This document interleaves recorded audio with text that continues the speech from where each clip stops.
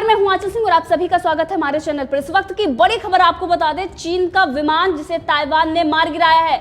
तो ताइवान और चीन के बीच विवाद चल रहा है, इधर भारत का और चीन का विवाद चल रहा है, लेकिन इसी बीच बड़ी कामयाबी ताइवान को मिली है। और वहीं पर अगर बात करें तो चीन जो दुनिया भर में अपने आप को दादा बताता आ रहा है, सबसे बड़ी नाकामी उसकी सामने आई है।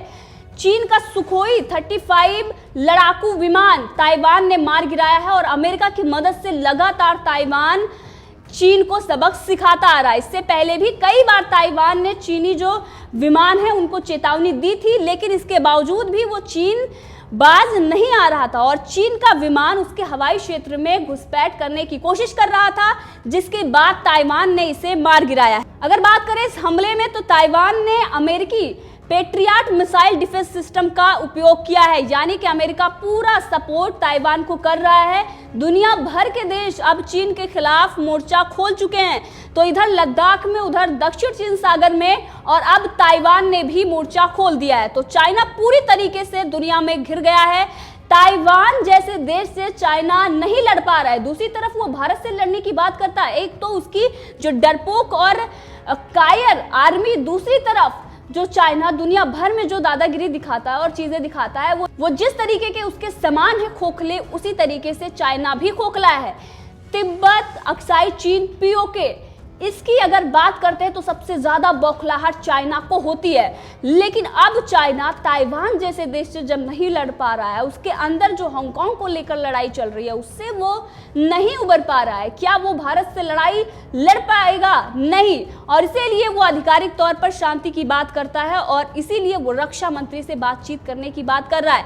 वो घुसपैठ करने की तो कोशिश करता है, कब्जा करने की जो उसकी नीति है वो कभी जा नहीं सकती, लेकिन वो सामने की लड़ाई नहीं लड़ना चाहता। वो सिर्फ और सिर्फ पीछे से वार करना ही जानता है, क्योंकि चाइना दुनिया का सबसे कायर देश है। वो पाकिस्तान का ही बाप है। पाकिस्तान जिस तरीके से, चाहे वो सर्जिकल स्ट्राइक हो या एयर स्ट्राइक के बाद वो मना कर देता है, चीन भी उसी तरीके से, वो भी इस बात की पुष्टि नहीं करेगा और इससे वो साफ मना भी कर सकता है। क्योंकि आपने देखा, चाहे वो कोरोना मामले में हो, किस तरीके से वो चीजें छुपा रहा था। गलवान घाटी के बाद उसने साफ इनकार कर दिया कि उसके सैनिक नहीं मरे हैं, जबकि जो खबरें आई उससे ये साफ हो गया कि किस तरीके से 100 से ज्यादा उनके सैनिक ढेर हुए। गलवान में, पेंगोंग में भारतीय सेना ने घुसपैठ करने की इन्होंने कोशिश की, उसके बाद सबक सिखाया, यहाँ तक कि सबसे अहम चोटी पर कब्जा भी कर लिया जो 1962 में चीन ने कब्जाई थी।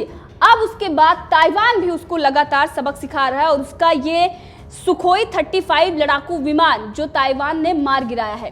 अब अगर इस पूरे मामले में देखें तो जो स्थिति बन रही है वो युद्ध की स्थिति बन रही है और ये विश्व युद्ध की तरफ इशारा हो रहा है, क्योंकि चाइना को सबक सिखाने के लिए अमेरिका नाटो जैसा ही ग्रुप बना रहा है। और उसमें हमने पहले भी आपको इस बात का जिक्र किया था कि 4 देश हैं जिनको लेकर दिल्ली में बैठक होगी, ऑस्ट्रेलिया, जापान, भारत और इसमें साउथ कोरिया भी आ सकता है। और अब इन सारे देशों को लेकर बातचीत हो रही है कि अब ये नाटो जैसे ही ग्रुप में शामिल होंगे और चीन को सबक सिखाने के लिए। लेकिन अब उससे पहले ही अमेरिका ताइवान को मदद कर रहा है और ताइवान चाइना को लगातार सबक सिखा रहा है, क्योंकि इससे पहले कई बार चाइना को चेतावनी दी गई थी ताइवान की तरफ से, लेकिन चाइना की जो विस्तारवादी नीति है उसके चलते वो बाज नहीं आता। चाहे जितने भी देश उससे जिनकी सीमाएं लगती हैं, लगातार उनसे वो उलझता रहता है।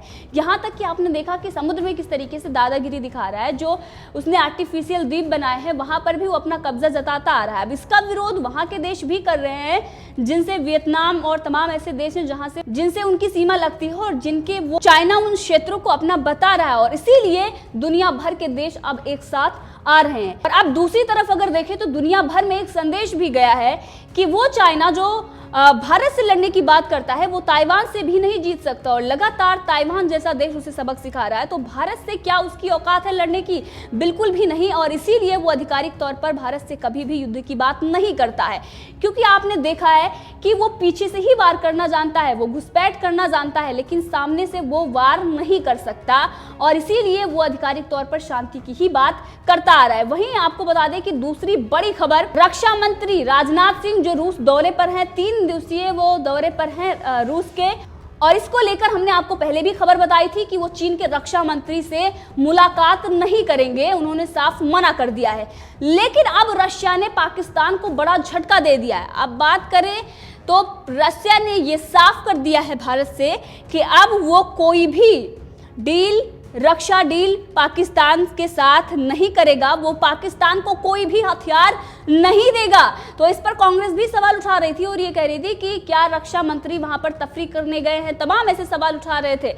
अब उनको ये साफ संदेश मिल रहा है कि रक्षा मंत्री राजनाथ सिंह, हमने आपको पहले भी बताया था कि वो 3 दिवसीय दौरे पर हैं और खास अहम मुद्दों पर समझौतों को लेकर वहां पर चर्चा होगी। और अब देखने को मिल रहा है एक तरफ S-400 को लेकर बातचीत हुई है, दूसरी तरफ पाकिस्तान को हथियार ना देने की बातचीत हुई है।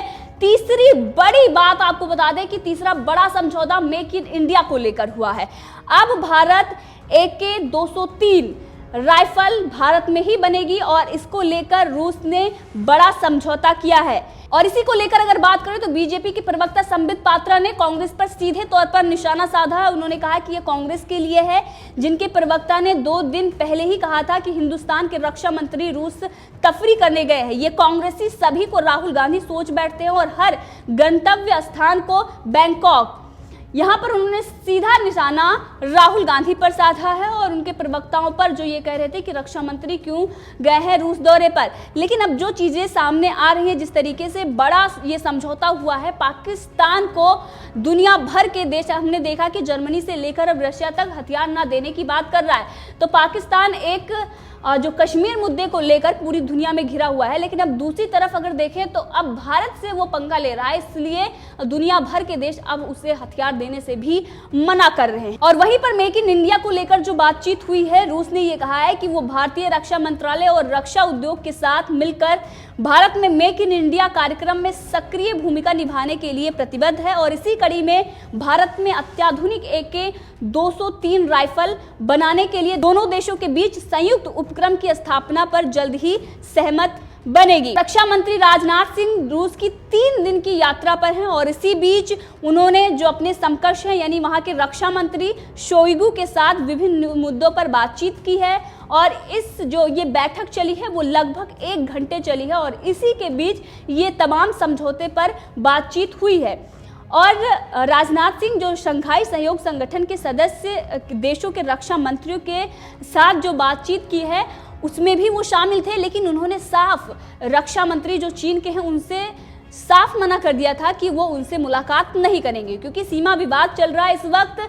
और जो बातचीत हो रही है चाइना के साथ, भारत के जो अधिकारियों की बातचीत हो रही है, उसमें कोई भी हल नहीं निकल रहा है, क्योंकि चाइना है जो वो बाज नहीं आ रहा है। दूसरी तरफ भारत भी अब 1 इंच पीछे नहीं हटने वाला है। जहां पर है जो स्थिति उसने बनाई है अब उससे वो पीछे नहीं हटेगा और 1962 की जो पहले की स्थिति है अब चाइना को उसी पर ही मंजूरी देनी पड़ेगी, क्योंकि अक्साई चीन अब भारत लेकर रहेगा। बहुत हो चुका, चाइना का जो विस्तारवादी नीति है अब उसका अंत होने वाला है और इसीलिए ना तो भारत पीछे हट रहा है और दूसरी तरफ चाइना भी जग हसाई के चक्कर में वो पीछे नहीं हटना चाहता। यानी कि भारत का भूभाग जो उसने 1962 में कब्जा किया था उससे वो हटने की बात नहीं कर रहा है। जो स्थिति इस वक्त लद्दाख में बनी हुई है, जहां पर दोनों सेनाएं जाती थी और पेट्रोलिंग करके वापस आ जाती थी, उसमें वो आकर परमानेंटली बैठ गया। अब उस बात को लेकर भी वो पीछे हटने के लिए तैयार नहीं है, क्योंकि दूसरी तरफ भारत ने उसके अंदर घुसकर, यानी कि वो भारत का ही भूभाग है, वो चाइना का भाग नहीं कहेंगे, लेकिन भारत ने 1962 में जो चाइना ने कब्जाया था उस पर कब्जा कर लिया है। अब अगर इस पूरे मामले को देखें तो चाइना घिर चुका है और उधर ताइवान उसके खिलाफ मोर्चा खोल चुका है। दक्षिण चीन सागर में भी चाइना घिरा हुआ है। पूरी दुनिया भर के देश चाइना के खिलाफ मोर्चा खोल चुके हैं। इससे पहले ही संकेत मिल गए थे जब WHO में जिस तरीके से कोरोना महामारी को लेकर जो भूमिका की जांच होनी थी कोरोना को लेकर, उसमें ही जो देशों का समर्थन था भारत के साथ, अमेरिका के साथ, जापान के साथ और ऑस्ट्रेलिया के साथ, क्योंकि ये सभी देश ये चाहते थे कि इस मामले को लेकर चाइना की जांच हो। उसमें पाकिस्तान जैसा देश जो चाइना के साथ खड़ा हुआ था, पाकिस्तान कर्ज के तले डूबा हुआ है, क्योंकि चाइना लगातार पाकिस्तान का इस्तेमाल करता आ रहा है।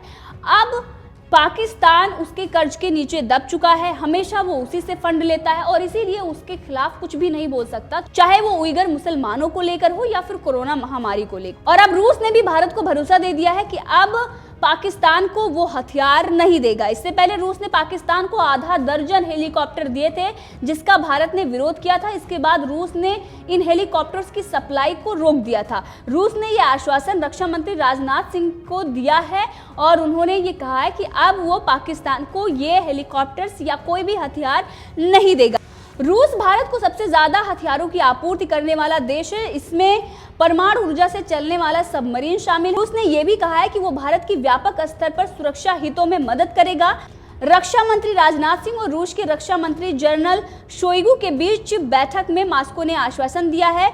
वहीं पर बता दें तो भारत को घेरने के लिए पाकिस्तान काफी लंबे समय से रूस से हथियार खरीदना चाहता था, लेकिन उसे सफलता नहीं मिल पाई है।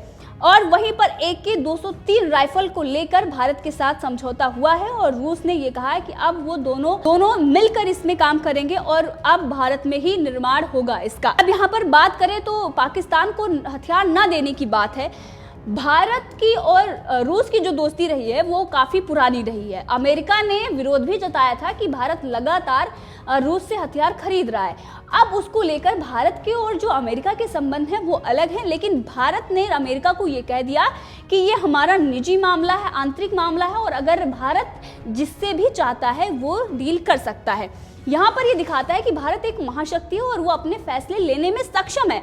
भारत के जो अंदरूनी मामले हैं, भारत के फैसले में किसी की कोई दखलंदाजी पसंद नहीं की जाएगी। और भारत ने ये साफ संदेश दुनिया भर को दिया था कि अब भारत किसी के भी सामने झुकने वाला नहीं है और इसीलिए उसने रशिया से दोस्ती निभाते हुए जो रक्षा सौदे किए थे उस पर वो कायम रहा है और उससे ही रक्षा डील की गई है। इसी को ध्यान में रखते हुए रशिया को ये पता है कि भारत उसका पुराना दोस्त है और वो हमेशा से भारत के और रशिया के जो दोस्ताना व्यवहार रहे हैं वो अभी भी कायम है और इसीलिए वो चीन मामले में भी भारत को ही समर्थन दे रहा है, क्योंकि चीन ने रशिया से ये कहा था कि वो भारत को एयर डिफेंस सिस्टम ना दे, लेकिन रशिया ने चाइना को दरकिनार करते हुए भारत को अब वो दिसंबर तक, ये कहा जा रहा है कि दिसंबर तक S-400 की डिलीवरी भारत को कर देगा।